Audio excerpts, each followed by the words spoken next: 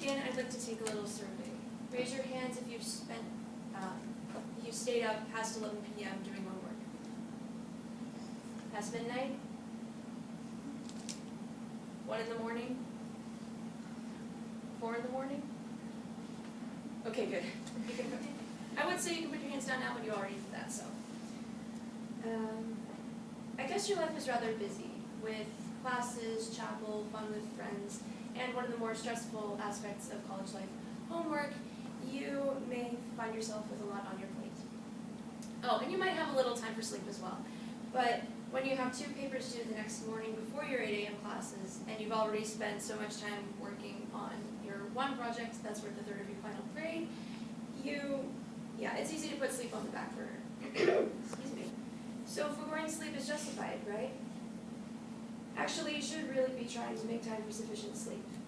An article from the Nature and Science of Sleep says that 70% of college students aren't getting their proper amount of sleep, and that is a problem. Getting sleep is crucial to your academic success.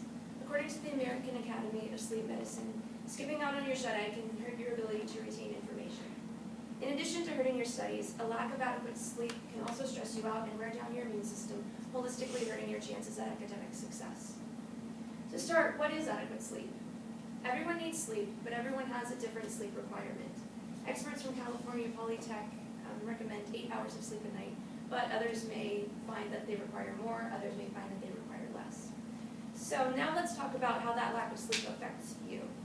Firstly, inadequate sleep negatively impacts the memory process, which consequently interferes with information retention. At the most basic stage of the process, a lack of sleep makes it harder to concentrate in your classes, according to a web article from Harvard's Division of Sleep Medicine. When you stayed up till 1 a.m. doing homework, it's a lot easier to zone out in your 8 a.m. class and miss the main point of your professor's lecture. In addition, researchers aren't sure what role sleep has in memory consolidation, which is a process in which neural connections are reconstructed while you sleep in order to better hold a memory. However, they have seen that inadequate sleep causes the brain to falter when consolidating new memories. And this means that there's a lessened chance of being able to retrieve the information within that memory. And if you can't retrieve the memory whenever you need it later, you're not going to be able to remember the information within that memory for your tests. Secondly, a lack of sleep negatively impacts your health. While you sleep, your body releases hormones that help your body heal itself and regulate your body's energy usage. According to the National Health Institute, if you get less sleep than you need, you're more likely to develop heart disease and obesity and are at a higher risk for infections. Studies have shown that sleep can even impact vaccine effectiveness. People who get less sleep receive weaker protection from a flu shot. According to the National Sleep Foundation, sleep supports the immune system, and sleep deprivation causes the body to react in a way similar to the stress response. If you don't get the sleep you need, it could make your immune system more vulnerable to illness. Poor health can also affect your studies. Have you ever missed class because you were ill? If you haven't, you are blessed indeed. But if you have, you know it can be kind of stressful to catch up on everything that you missed.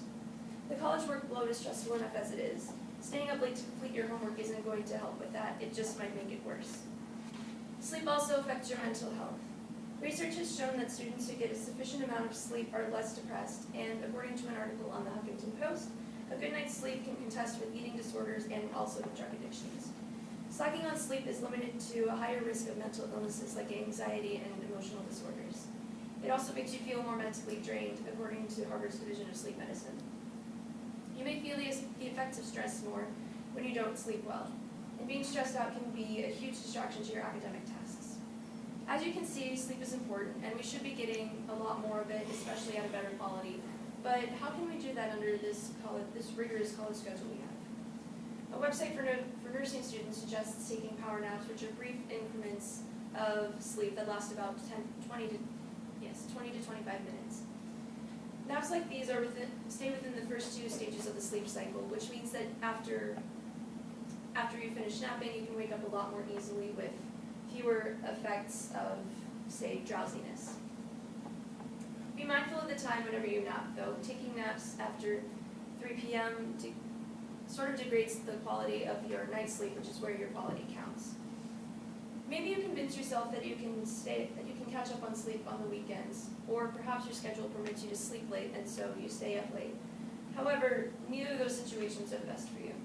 According to another Huffington Post article, waking up in the afternoon after you've spent most of the week waking up in the morning changes your circadian rhythms, which throws off your biological clock, which worsens your sleep quality. Now about the second situation. One of my high school teachers once told us something that she heard from her doctor, and that was,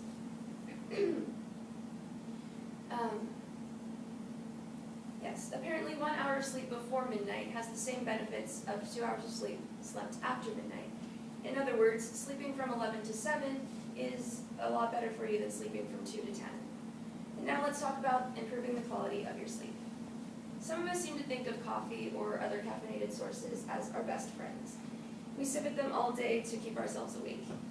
But you need to consider how caffeine affects you.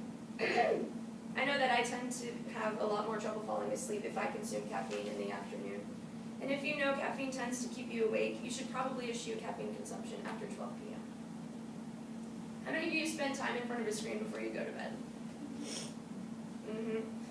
This is another habit you need to break. Studies have shown that light from your phone or laptop tells your brain to stay awake.